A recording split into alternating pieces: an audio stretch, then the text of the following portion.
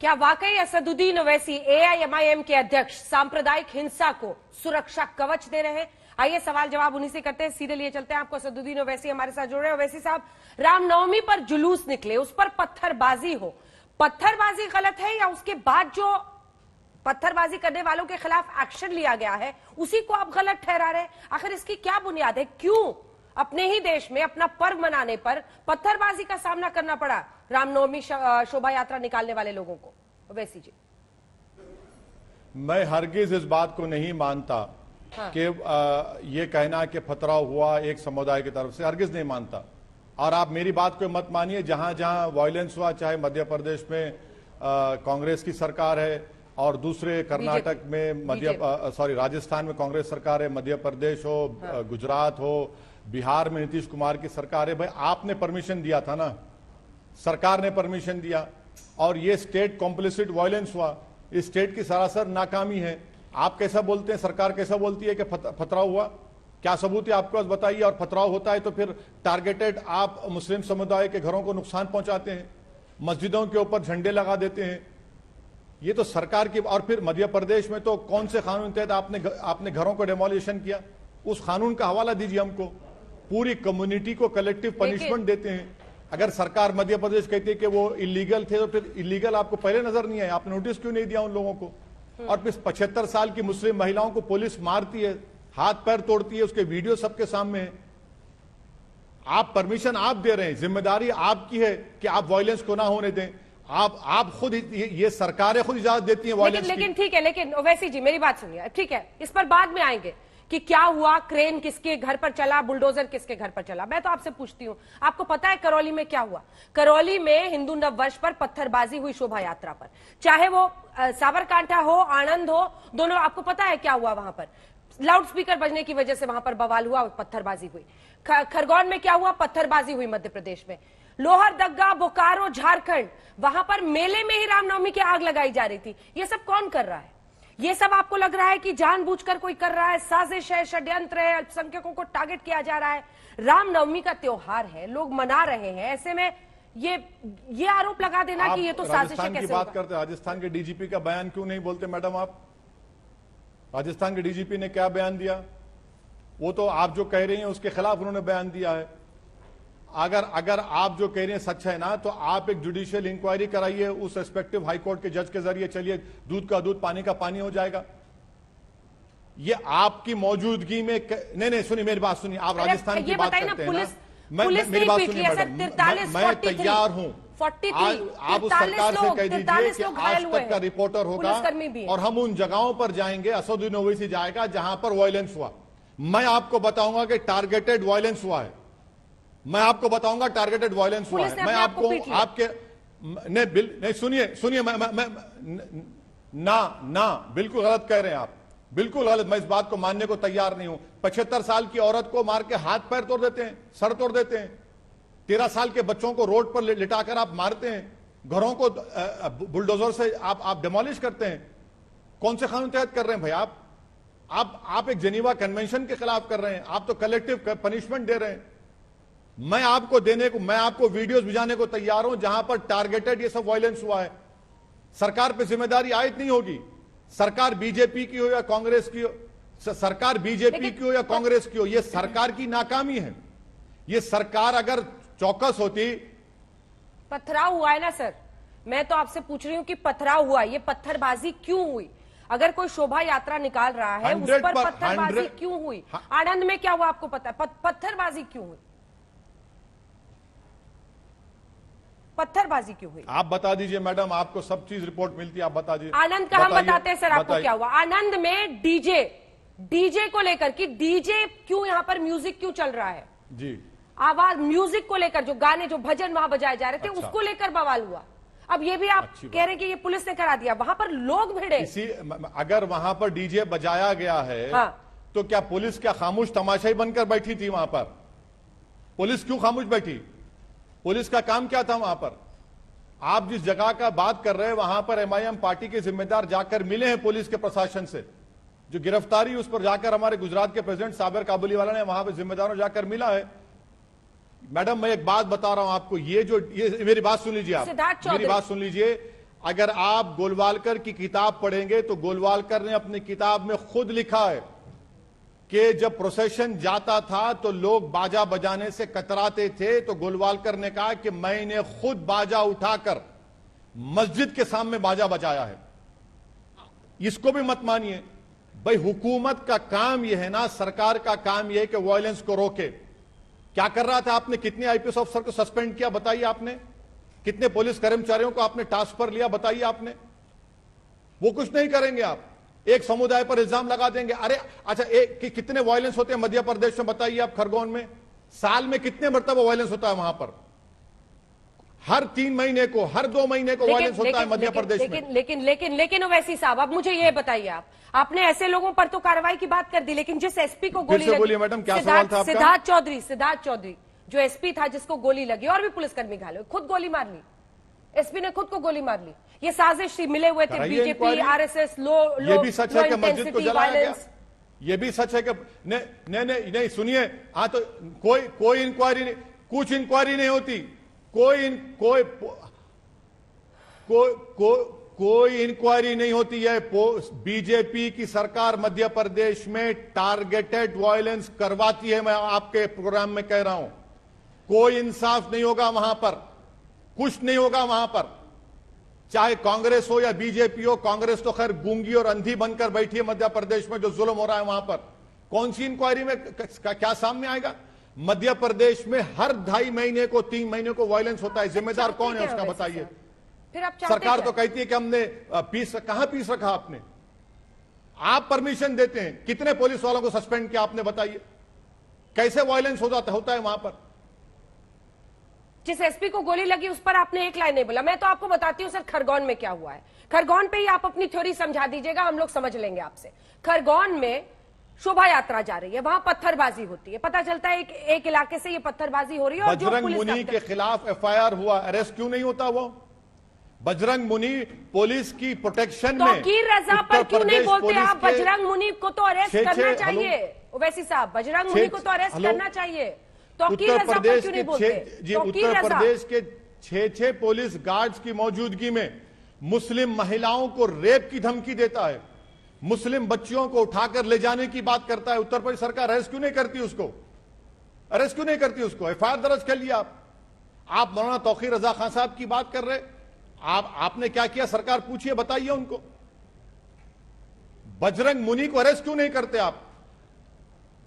FIR दर्ज हुई है, उसको भी अरेस्ट किया जाना चाहिए, लेकिन तौकीर रजा पर आप नहीं बोलते ना सर, ये दिक्कत है। आप नहीं बोलते जब वारिस पठान कहते हैं हम 15 करोड़ है, 100 करोड़ पर भारी पड़ेंगे। मेरा सवाल आपसे ये है कि ना आप इंडिया में नए हैं ना हम नए हैं। रामनवमी के वक्त अलग अलग झारखंड में, कई राज्यों में इस तरह की हिंसा देखी जाती रही है। इस तरह की पत्थरबाजी क्यों? ये डर क्यों कि हम अपनी ही शोभा यात्रा नहीं निकाल सकते अपने देश? मैं पहली मर्तबा ये सुन रहा हूं कि माइनॉरिटी को मेजॉरिटी से खतरा है। ये जो विक्टिमाइजेशन की पॉलिसी जो मेजॉरिटी कम्युनिटी में डाल दी गई है कि आपको खतरा मुसलमानों से नहीं है, खतरा हमारे मेजॉरिटी के मुसलमानों से खतरा कब पैदा हुआ बताइए? देश में खतरा और तहफ्फुज़, सेफ्टी किसको देनी चाहिए? पुलिस की कस्टडी में, पुलिस की मौजूदगी में सिक्योरिटी गार्ड में एक शख्स कहता है कि मुस्लिम महिलाओं को उठाकर लेकर जाएंगे, मुस्लिम बच्चियों को रेप कर देंगे। एक नहीं, कई वीडियोज हैं।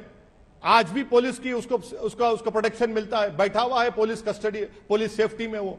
और उत्तर प्रदेश में बीजेपी की सरकार अरेस्ट नहीं करती उसको। अरेस्ट करिए ना उसको, आप क्यों नहीं करते अरेस्ट? आप मैं वापस सवाल पूछ रही हूं, ऐसी हिंसक झड़प क्यों? किसको कहां अरेस्ट करना है उस पर भी चर्चा कर लेंगे, अच्छे से कर लेंगे।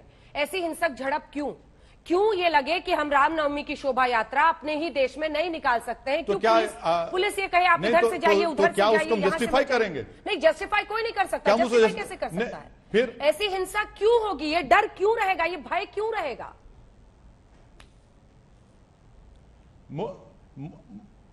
मुझे अफसोस इस बात का है कि आप एक पक्ष की बात कर रहे हैं। आप ऑलरेडी इस बात को तय कर चुके हैं कि आप जज बन चुके हैं कि मुसलमानों ने पत्थर फेंके, तो फिर किस्सा खत्म हो गया ना। तो फिर गोली मार दीजिए हमको, आप जेनोसाइड कर दीजिए हमारा। अब बाकी क्या रहा बताइए ना आप ना हमको हर चीज पर आप पाबंदी लगा रहे हैं। पत्थर भी हम फेंके, मस्जिद पर झंडा भी हम लगाए, मुस्लिम महिलाओं पर लाठियां भी हमने बरसाई, घर भी हमने अपने हाथ से डिमोलिश कर लिया, गोश्त भी हम नहीं खा सकते क्योंकि आपकी आस्था को हर्ट होता है, तो फिर आप क्या करना चाहते हैं बता दीजिए हमको। देश संविधान से चलेगा या फिर आप इल्जाम लगा देंगे पत्थर? कौन पत्थर फेंकेगा? क्या प्रूफ है बताइए आपके पास? पुलिस का परमिशन आप देते हैं। पुलिस सुनिए जो मीडिया रिपोर्ट है, सब बकवास है, मीडिया रिपोर्ट्स है, सब बकवास हुई है, मीडिया रिपोर्ट है, सब बेकार है। मैडम पुलिस की मौजूदगी में पुलिस पत्थर फेंक रही है। पुलिस ने पत्थर फेंका दंगाइयों की मौजूदगी में, वो भी पुलिस पत्थर फेंक रही है, पत्थरों से घायल हुए हैं। पुलिस की मौजूदगी में मस्जिद के ऊपर झंडा लगाया जा रहा है, वो भी वीडियो है। इंडिपेंडेंट एक जुडिशियल इंक्वायरी कराइए, उस प्रदेश के सिटिंग हाईकोर्ट जज से करवाइए, दूध का दूध पानी का पानी हो जाएगा कि किस कानून के तहत आपने घरों को तोड़ा है। कौन सा कानून है घर तोड़ने का बताइए आप एक मुस्लिम कम्युनिटी को आप कलेक्टिव पनिशमेंट देना चाहते हैं? अगर इलीगल था तो पहले सो रहे थे आप। नरोत्तम मिश्रा ने कहा, नरोत्तम मिश्रा जो गृह मंत्री हैं वो ये कह रहे हैं चलिए कि एक घर में था, अवैध थे। चलिए मैं इस बात को मान लेता हूं, कौन से कानून तहत आपने घर तोड़ा है? आप अरेस्ट करते ना उसको, आप घर के साथ तोड़ते मेरा। कौन से कानून तहत घर तोड़ा आपने? तो जेनीवा कन्वेंशन का वायलेशन किया आपने। एक मुस्लिम कम्युनिटी को कलेक्टिव पनिशमेंट की मिसाल दे रहे हैं आप, कलेक्टिव पनिशमेंट दे रहे हैं घर तोड़कर। नहीं सही मत मानिए मेरी बात को। मैं कह रहा हूं कि आपको सैडिस्टिक प्लेजर मिलता है क्या आपको? क्यों सैडिस्टिक? मेरी बात तो सच मत मानिए। मैं आपकी बात को सच मानती हूं, तो आपकी थ्योरी को आगे लिए चलते हैं। तो असदुद्दीन ओवैसी जी ये कह रहे हैं कि अशोक गहलोत का अब नरेंद्र मोदी के साथ मिलकर साजिश चल रहा है देश में। हेमंत सोरेन झारखंड के मुख्यमंत्री, वो साजिश कर रहे हैं मोदी के साथ मिलकर, संघ के परिवार इस देश में लो इंटेंसिटी वायलेंस कराने में महारत हासिल कर चुकी है। उनका एक्सपर्टीज वो डेवलप कर चुके हैं। मॉब लिंचिंग होता है, अब मॉब लिंचिंग नहीं, अब तो स्टेट कॉम्प्लिसिट वायलेंस हो रहा है। पहले स्टेट स्पॉन्सर्ड वायलेंस हो जाता, अब स्टेट कॉम्प्लिसिट वायलेंस हो रहा है। राजस्थान की सरकार को इक्वली नहीं देखिए, क्या संघ परिवार नहीं है राजस्थान? नहीं क्या संघ करा रहा है। गहलोत जी संघ की बातें मान रहे हैं आजकल। नागपुर से डिक्टेशन मिल रहा है उनको, हेमंत सोरेन को, ओवैसी जी ये दोनों। मैडम अशोक गहलोत की ही सरकार में कुरान करीम को मस्जिद में जलाया गया था। आपको जानकारी होगी नहीं होगी नहीं मालूम। अशोक गहलोत की सरकार में जो मुख्यमंत्री थे आज से चंद बरस पहले, कुरान करीम को जलाया गया था। 8-10 मुसलमानों को पुलिस फायरिंग में मारा गया था। जब आप चलिए ना, मैं तो ये कह रही हूँ कि विपक्ष का गठबंधन हो गया बीजेपी से। आप यही बता दीजिए, आप बताइए ना, अलग अलग राज्यों में घटनाएं हो रही हैं। झारखंड में मेले में आग, हेमंत सोरेन आपको लग रहा है कि मोदी जी की बात सुन के संघ परिवार क्या सिर्फ बीजेपी प्रदेशों में संघ परिवार है क्या? दूसरी जगह नहीं है संघ परिवार? हर जगह संघ परिवार है। और अगर झारखंड में हुआ है तो कंडेमनेबल है। आप इंक्वायरी कराइए ना। आप कैसे तय कर लेते हैं कि एक समुदाय ने किया? मॉब लिंचिंग में मैं मारा जाता हूं, हर चीज में, और पत्थर भी हम फेंकेंगे, मस्जिद पे हम हमारी जला देंगे, महिलाओं को लाठीचार्ज करेंगे, 13-14 साल के बच्चों को रोड पर लिटाकर मारेंगे आप, फिर घर भी तोड़ देंगे। कौन से कानून के तहत? पुलिस जो गिरफ्तारियां कर रही है, सारी की सारी गिरफ्तारियां, 93-94 गिरफ्तारियां मध्य प्रदेश में, वहां पर ये सब बिना पहचान के ही आरोपियों की जा रही है। मैडम मेरा प्रॉब्लम यह है कि देश के संविधान की धज्जियां उड़ाई जा रही हैं। मेरा प्रॉब्लम यह है कि ये सरकारें एक समुदाय के खिलाफ हेट्रेड में अंधी हो चुकी हैं। ये रीजनेबलनेस और जस्टिस को करना नहीं चाहती हैं। ये पहले से ही तय कर लेते हैं। इनको स्टीरियोटाइप इमेज बनाकर रख दिया मुसलमानों का। आप मेरे को एक बात बताइए मैडम, कि गोश्त खाने की इजाजत क्यों नहीं दी जाती हमको? इससे प्रॉब्लम है क्या किसी की आस्था मेरी आस्था से बढ़कर है? क्यों गोश्त नहीं खाएंगे हम? आपकी आस्था हमारी आस्था से बढ़कर है क्या? अच्छा चलिए अब मान लेते हैं गोश्त नहीं खाएंगे, एक्सपोर्ट क्यों अलाउ करते हैं आप? उस टाइम में एक्सपोर्ट को बंद करिए ना, फिर आप देखिए क्या होता है, डॉलर नहीं मिलेंगे आपको। कब तक आप सिर्फ हमको टारगेट करेंगे? डॉलर की भी चिंता कर रहे हैं आप, गोश्त की भी कर रहे हैं। गोश्त को जो बैन किया गया कई जगहों पर, उसका भी गुस्सा है क्या?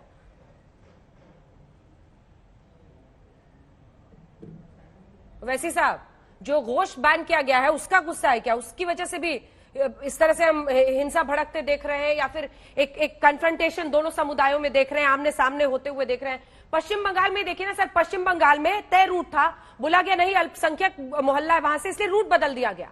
उसके बाद से ये तनाव वहां पर हुआ पश्चिम बंगाल में। इसकी क्या वजह समझ में आती है? क्यों रूट तय करना पड़ेगा? क्यों नहीं तय रूट पर शोभा यात्रा जा सकती है? मैडम कोई सुनिए, हाँ। सुनिए, जब पुलिस परमिशन देती है जो और रूट तय करती है तो पुलिस की जिम्मेदारी होती है कि वायलेंस ना हो। जहां तक बंगाल की बात है, जब बीरभूम का वाकया हुआ, मैंने कंडेम किया कि मुसलमानों को ममता बनर्जी किताब और कलम देने की जगह उनको बम दे रही है, और अगर बंगाल में होता है तो हम उसको कंडेम करते हैं। वो सरकार की जिम्मेदारी है। यही तो हम कह रहे हैं आपको कि सरकारें आंखें बंद कर लेती हैं अपने अपने फायदे के लिए, चाहे मध्य प्रदेश हो, राजस्थान हो, गुजरात हो, कर्नाटक हो, गोवा हो। कितने प्रदेशों में आरएन यात्रा के गड़बड़ हुई है बताइए? और आप कह रहे हैं कि अच्छा मैडम ये आपका सवाल ही गलत है। कैसे? देश की मेजॉरिटी को माइनॉरिटी से खतरा कब पैदा होगा बताइए? क्यों शोभा यात्रा तय करनी पड़ेगी? क्योंकि एक मोहल्ला आता है। पूरी माइनॉरिटीज को आप कह रहे हैं, आप पूरी मेजॉरिटी को कह रहे हैं कि खतरा तुमको माइनॉरिटी से। आपका सवाल ही गलत है मैडम। सवाल गलत नहीं है सर। सवाल ही नहीं, आप जिस तरह से समझ रहे हैं वो गलत है। मुझे ये बताइए ना सर, क्यों रास्ता बदलना पड़ेगा? ये पुलिस कह रही है ना वहां की, ये पुलिस कह रही है कि इस मोहल्ले से अब आप नहीं जा सकते हैं क्योंकि यहां पर तनाव हो सकता है, मुस्लिम मोहल्ला है, इसलिए शोभा यात्रा को कह रहे हैं आप रूट का डायवर्जन कीजिए। क्यों होगा ऐसा देश में? ये पुलिस पूछ रही हो, ये सवाल बनता है, ये सवाल मैं आपसे पूछूंगी। नहीं सुनिए मैडम, आप मुस्लिम कार्ड खेल रहे हैं। सुनिए, अगर पुलिस ऐसा कह रही है तो पुलिस के ममता बनर्जी के और उनके डीजीपी को बुला लीजिए अंजना ओम कश्यप के शो में, बुला लीजिए, बुलाकर पूछिए। मगर अगर पोसेशन का रूट है तो रूट की जिम्मेदारी, अमन की जिम्मेदारी ये पुलिस पर आती है, और पुलिस और सरकारें नाकाम साबित हुई। स्टेट कॉम्प्लिसिट वायलेंस हुआ है पूरा ही। और जिस तरीके से मध्य प्रदेश की बीजेपी की सरकार ने मुसलमानों घरों को तोड़ा है, वो जेनीवा कन्वेंशन के खिलाफ है, नेचुरल जस्टिस के खिलाफ है। आप कलेक्टिव पनिशमेंट दे रहे हैं एक समुदाय को और मुसलमानों को, ये बहुत गलत काम कर रहे हैं। ठीक है, क्या है बड़ी तस्वीर, क्या है बिगर पिक्चर जिसको कहते हैं? क्या समझ में आ रहा है सदरुद्दीन ओवैसी साहब को? क्या लग रहा है आपको? Rajasthan, Gujarat, Madhya Pradesh, non BJP states, Jharkhand, Rajasthan, ऐसी सब जगह पर एक सुनियोजित हिंसा मैडम, की बिगर पिक्चर तो मुझे नजर ही आ रहा है कि मुसलमानों के खिलाफ नफरत पैदा करो, मुसलमानों के खिलाफ मेजॉरिटी में खौफ पैदा करो, मुसलमानों को डरा कर रखो, मुसलमानों को दबा कर रखो, मुसलमानों को सेकंड ग्रेड सिटीजन बना कर रखो। यही तो साजिश हो रही है ना, यही तो होता आ रहा है। तभी तो आप मसीहा बनकर उतरेंगे सर, तभी तो आप मसीहा बनकर उतरेंगे मुसलमानों के लिए। फिर आप कहेंगे कि देखिए मैं आपके हक के लिए लड़ रहा हूं, मैं ये कह रहा हूं गलत हुआ। क्योंकि आजकल वैसे ही मुस्लिमों के लिए बोलने में हर कोई डरता है, कोई दूसरी पार्टी बोलने को तैयार नहीं है, इतनी मेजोरिटेरियन पॉलिटिक्स हो रही है। आपको मसीहा बनने का मौका मिला।